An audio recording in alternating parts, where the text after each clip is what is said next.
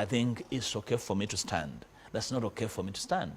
The decision whether to stand or to participate or not should come out of a conversation. It should not come out of an individual's, a person's interest to be on the cards, to be in the limelight. No. I think we should not lose this opportunity as the opposition to sit. And when we sit, it's not that we sit as friends. We may not be bosom friends, but we owe a duty to ourselves, to the people we purport to lead. If we actually contend that we lead people, then we owe them a duty to sit, you know, forget about our individual disagreements, our interests, because if you look at it closely, it is interests that are scattering the opposition. These can be curtailed, these can be shelved for common good. So this conversation should potentially bring common good on table from all and sundry in the opposition to have a conversation about what can we push. Yeah, but in the order of... For example, if you go to the people today as a candidate from the opposition, beyond what you said in the last election, what else are you offering to the people? The people wanted to change yesterday, but they also know the debilitating challenges of change. That's why I talked about the fact that part of the proposals I'm making are potentially clawback proposals to try and limit the overbearing influence of the ruling party on our electoral platform. But for us to have impact with this, we need to have everyone on board, regardless of the nature of disagreements. Yeah, but we have only one in this country called Uganda, for which you want to lead. In the pecking order of things, you would be maybe first reaching out to the political party where you are on suspension, reconcile with the party, work within the party to push these reforms. Simon, you talked about a suspension from the party. As we speak. How long is the suspension? Indefinite. How different is that from the court martial? So I'm talking about dysfunctionality. Should this be one of your preoccupations now? No, to get things in order? You don't want a situation where somebody wants to control you. It's very difficult for anybody to want to disagree with me, to gag me and then control me. Well, not at this level. And if you are part of an organization that has elected dysfunction, then you have a duty to come out and say, guys, you're sleeping on duty. It's dusk. Get to think. So I think I owe a duty to members of the party and the country to say that those who are sleeping on duty should wake up and we work. Which Mpuga is making these proposals? Is it Mpuga of the National Inter-Platform? Or an individual, a political player called Mpuga, who has parted ways with me?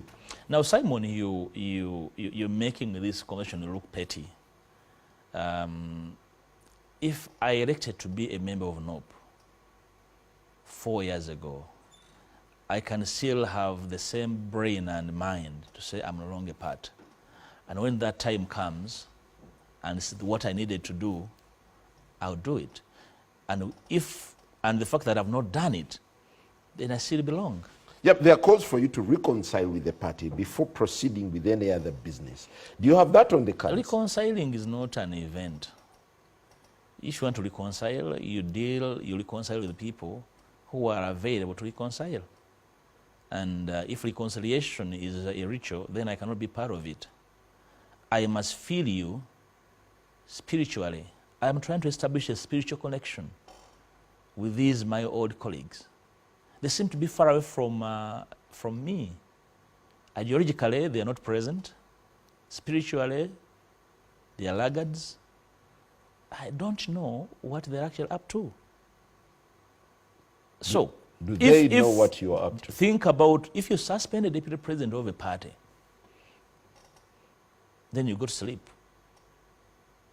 The next thing you do is to go to his constituency and abuse him. You are infants politically. And I want to say, please grow up, style up. There's so much to do around us beyond what you're doing. And I'm inviting actors in my party. Are you describing your president as an infant? Simon, do not try to impute what I've not said. I'm talking about a party, not an individual. And there's a clear boundary between a political party and an individual. Probably you've grown up under a one-party rule where the party is one person and you want NUP to look like that. Okay? I do not agree with a scenario where a party and an individual are the same equation.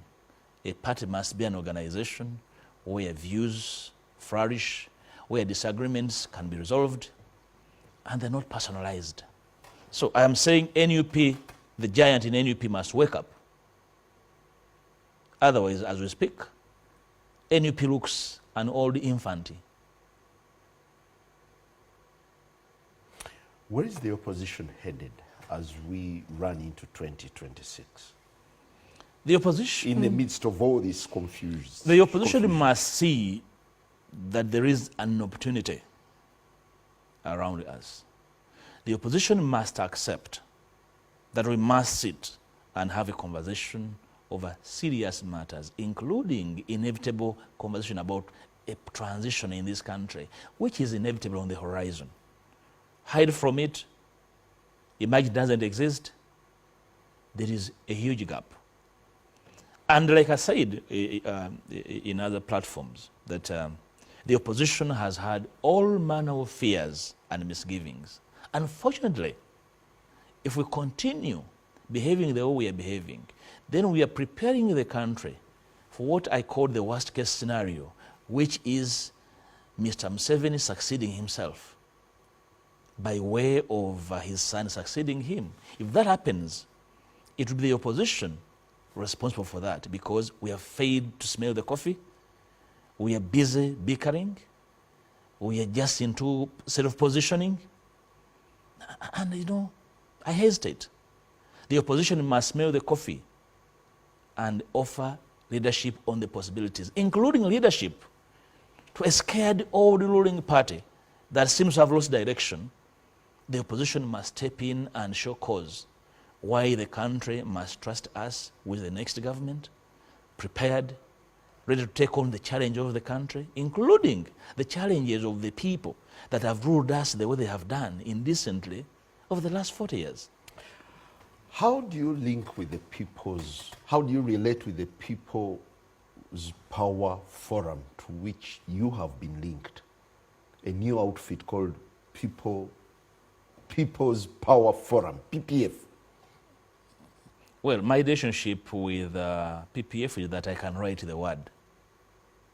Secondly is that I know the person who registered it, Mrs. Patton, who for a long time was the personal assistant of the NUP Secretary General, Mr. Lubongoya.